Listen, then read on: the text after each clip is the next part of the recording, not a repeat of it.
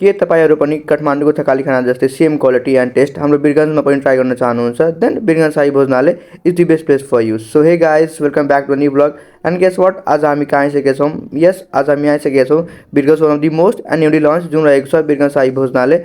अनि यसको लोकेसन कुरा गरौँ भने यो near bus park and Birgunj bypass रोडमा लोकेटेड रहेको छ।